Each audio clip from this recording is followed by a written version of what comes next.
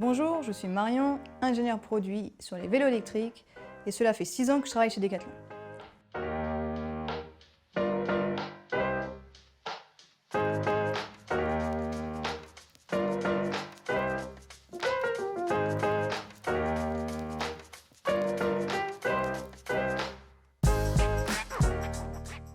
Aujourd'hui, je vais vous présenter comment changer vos freins sur un vélo électrique. Comme toute action sur un vélo électrique, la première chose à faire, enlever la batterie pour des questions de sécurité.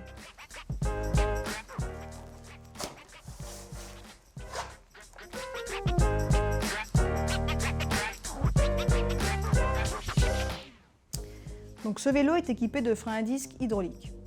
Pour pouvoir retirer l'étrier de la fourche, je vais utiliser une clé Allen de 5.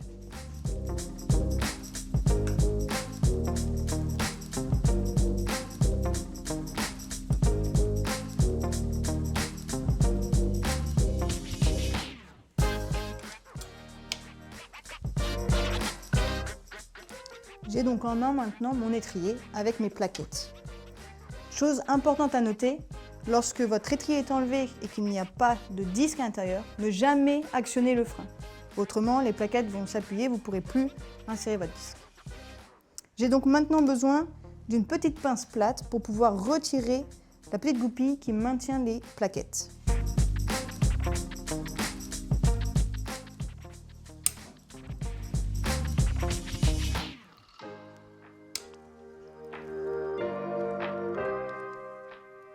Je suis maintenant en mesure de pousser pour retirer les plaquettes. J'ai maintenant mes plaquettes et leur support dans ma main. Il est important de noter que le changement des plaquettes sur un vélo électrique se fait plus fréquemment qu'un vélo classique. Tout simplement parce que vous allez plus vite, vous allez freiner plus fort et de ce fait, les plaquettes vont s'user plus vite. Pour les nouvelles plaquettes, vous avez le support et les plaquettes. Vous venez insérer les plaquettes sur le support et insérer le tout dans l'étrier. Comme ceci. Je reprends ma petite goupille pour bloquer et éviter que les plaquettes sortent en usage.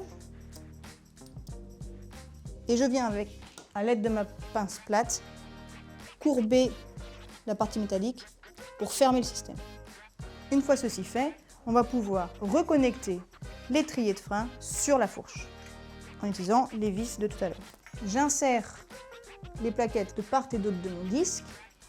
Je suis aligné avec les trous au niveau de la fourche et je viens visser.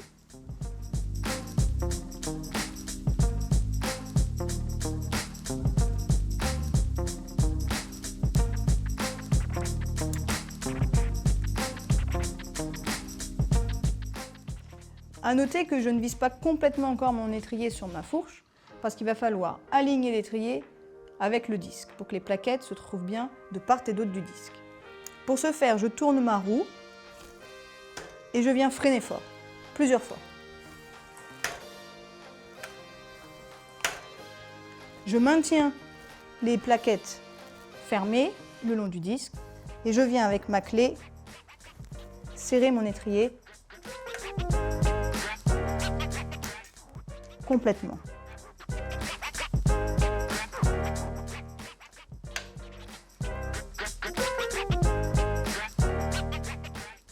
Ça y est, tout est vissé. On va vérifier que le disque est bien centré avec les plaquettes.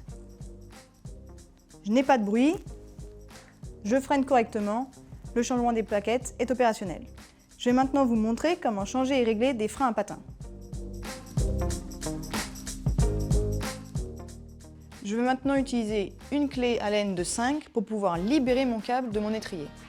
Cela se passe au niveau de cette vis. Je desserre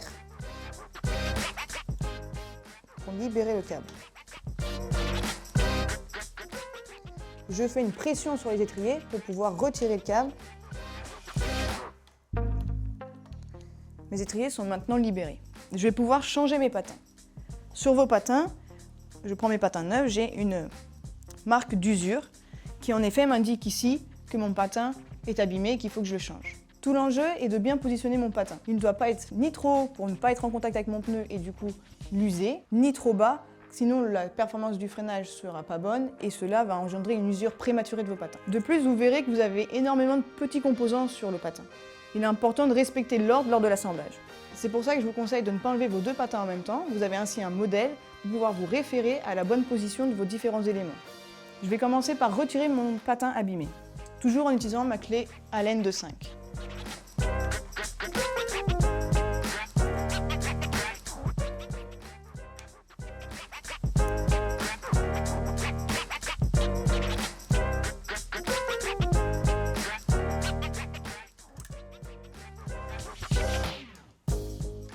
Je récupère tous les petits éléments.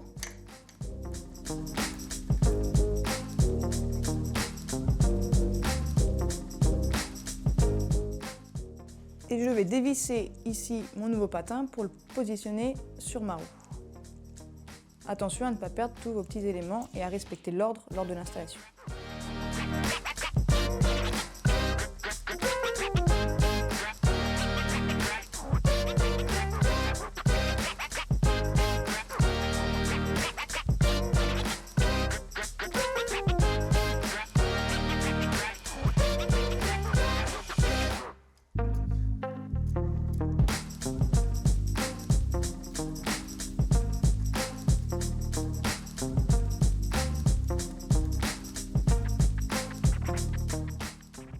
Avant de fixer complètement mon patin, je vais actionner mon étrier pour pouvoir pousser mon patin sur la jambe pour simuler un freinage et m'assurer qu'il est bien positionné.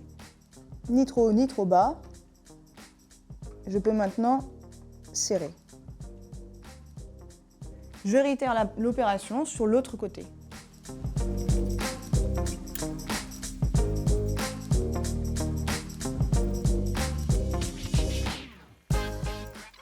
De la même manière, pour la position de ce patin, je fais attention à ce qu'il soit ni trop haut ni trop bas, en plaquant le patin contre ma roue, et je peux ainsi visser.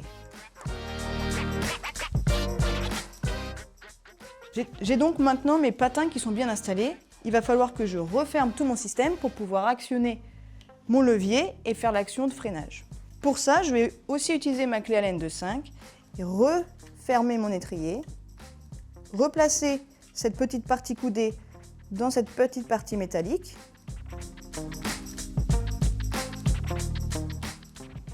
Et visser.